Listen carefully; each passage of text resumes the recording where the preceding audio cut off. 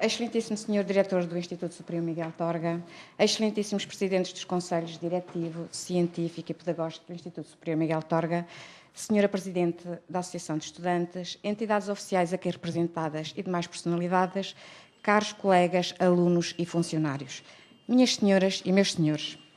A primeira palavra é naturalmente da expressão da minha sincera gratidão e honra pelo convite para proferir a oração de sapiência integrada na abertura solene das aulas do Instituto Superior Miguel Torga.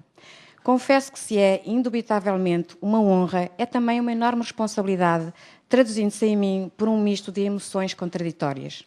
Não é nada fácil lidar com este nome pomposo, oração de sapiência. E o artifício, o único segredo que me ajudou a avançar nesta tarefa foi o de me propor partilhar uma reflexão pessoal, sem qualquer pretensão ou ousadia de proferir uma oração de sapiência. De propósito, escolhi como tema o sofrimento e compaixão. Primeiro, porque julgo a todos tocar, independentemente dos credos, raças ou línguas. Em segundo, porque é claramente relacionado com a minha experiência profissional enquanto psicóloga, na sua vertente clínica de formação e de investigação. E, por último, porque acredito valer a pena refletir neste terreno da interioridade que é inesgotável. A vastidão, complexidade e ramificações deste tema são por demais evidentes. O contributo de numerosos autores na área da psicologia é inquestionável. O que irei apresentar nesta sala é, então, apenas uma visão particular, muito ligada necessariamente ao meu percurso profissional e aos meus interesses atuais no campo da clínica. Em síntese, diria, nem oração, nem de sapiência, mas um convite a olhar o sofrimento humano e um elogio ao autoconhecimento enquanto promotor da mudança, da aceitação e da flexibilidade psicológica. Iniciando. O sofrimento humano.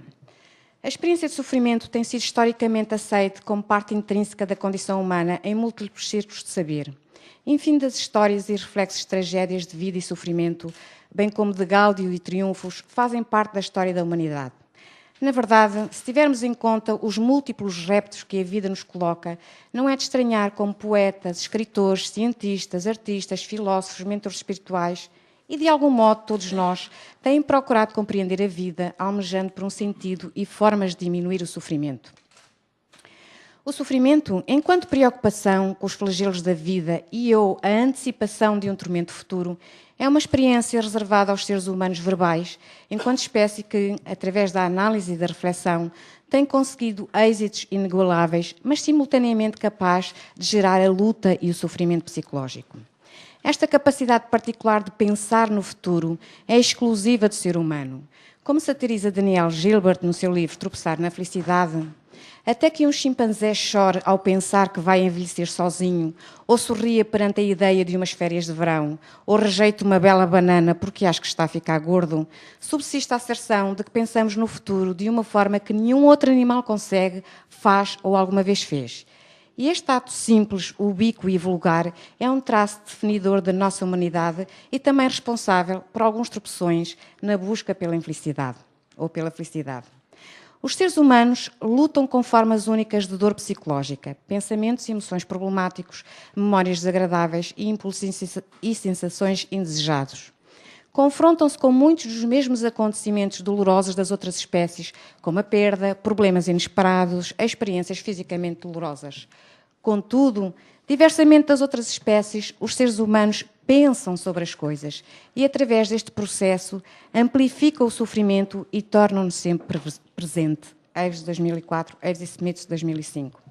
É relativamente consensual a ideia de que aquilo que os humanos fazem para mudar o seu ambiente produz mudanças positivas e negativas, dependendo da lente utilizada para as analisar. O paradoxal e interessante é que, de um modo análogo ao desenvolvimento do progresso humano material, o sofrimento, em vez de diminuir em intensidade e variedade, foi crescendo e estendendo-se a novas possibilidades.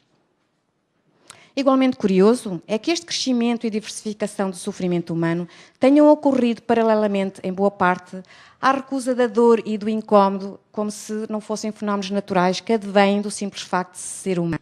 Parece, pois, que esta tentativa de controle da vida na luta contra o sofrimento, negando e evitando, acaba por favorecer um maior sofrimento. Wilson e Soriano, 2002. A questão é onde reside o poder que permite, por um lado, a adaptação bem-sucedida às condições mais adversas do meio natural, através do controle e da manipulação do seu impacto sobre o organismo, e que, por outro lado, nos expõe ao sofrimento por novas razões. O paradoxo, dizíamos, é viver num mundo mais cómodo, num mundo, quiçá, mais desenvolvido, mais seguro, mais preciso, menos doloroso e encontrarmos ensombrados pelo sofrimento gerado precisamente por esse mundo desenhado para buscar a felicidade, evitando o sofrimento. Os humanos sofrem por estar a sofrer, sofrem com o medo de vir a sofrer. E a estes poderíamos juntar outros medos psicológicos, como o medo de não ter êxito, mesmo quando se tem, o medo de estar só, o medo de não saber o que fazer, etc. Este funcionamento único, típico dos humanos, é explicado em parte por um conjunto de relações verbais, estabelecimento de equivalências, relações temporais, relações comparativas e de avaliação, que justificam também porque somos a espécie dominante. A nossa capacidade de derivar relações entre estímulos e incorporar informação da nossa história pessoal produz uma aprendizagem que, infelizmente, pode levar a caminhos inexatos ou dolorosos de ver o mundo e a comportamentos pouco sensíveis às contingências diretas. A linguagem traz a capacidade de imaginar uma variedade infinita de futuros possíveis e memórias reconstruídas do passado, bem como a capacidade de avaliar virtualmente qualquer aspecto da experiência. Ela confere também a capacidade de construir regras verbais acerca de como nos devemos comportar. Neste sentido, a linguagem, o nosso bem mais valioso, tem sido anunciada como um elemento que está na base da infelicidade humana e, desde logo, da felicidade. Esta ideia é particularmente defendida por autores ligados ao contextualismo funcional, que veem em ambas as facetas da linguagem, quer como razão de ser da natureza humana, quer como causa de sofrimento, como repertórios de autoconhecimento socialmente estabelecidos. Ayres e Stroessel, 2000. De que forma é que a linguagem pode originar sofrimento? A linguagem é uma competência excepcional para lidar com o meio envolvente, sendo responsável pelo sucesso da espécie humana em muitas áreas. Contudo, é também responsável por uma parte importante do sofrimento psicológico, como resultado da transferência das funções de estímulo dos objetos ou inventos para os referentes utilizados na linguagem para os descrever. O simples expressar de uma palavra evoca o objeto que é nomeado. Devido à linguagem, as emoções positivas podem originar emoções negativas. Se feliz é o oposto de triste, então felicidade pode recordar aos indivíduos que estiveram tristes. Esta competência específica de relacionar, inerente à atividade simbólica, é exclusiva dos humanos. Um dos problemas da linguagem é que transporta o passado e o futuro para o presente. E, como sabem, o passado e o futuro não existem em si mesmos. Aqueles a quem esta afirmação causar mais incómodo, procurem evocar uma experiência do passado e, inevitavelmente, verificarão que o vosso passado é apenas um pensamento no presente. Uma outra consequência, e não menos importante, é que a linguagem nos impede de evitar as nossas experiências de sofrimento. E isto é bem exemplificado pelo conhecido fenómeno de supressão do pensamento. O ser humano deve aprender a manejar a linguagem sem se deixar enganar ou ficar preso por esta faceta. Não é um equilíbrio fácil nem estável, já que, nas palavras de Ayres e colaboradores, 2001, a capacidade autorreflexiva é uma arma virtual e poderosa, ao mesmo tempo que perigosa. À medida que nos libertamos da ilusão da linguagem, aprendemos a estar mais conscientes das muitas lentes verbais que utilizamos todos os dias e a não ser definidos por nenhuma delas.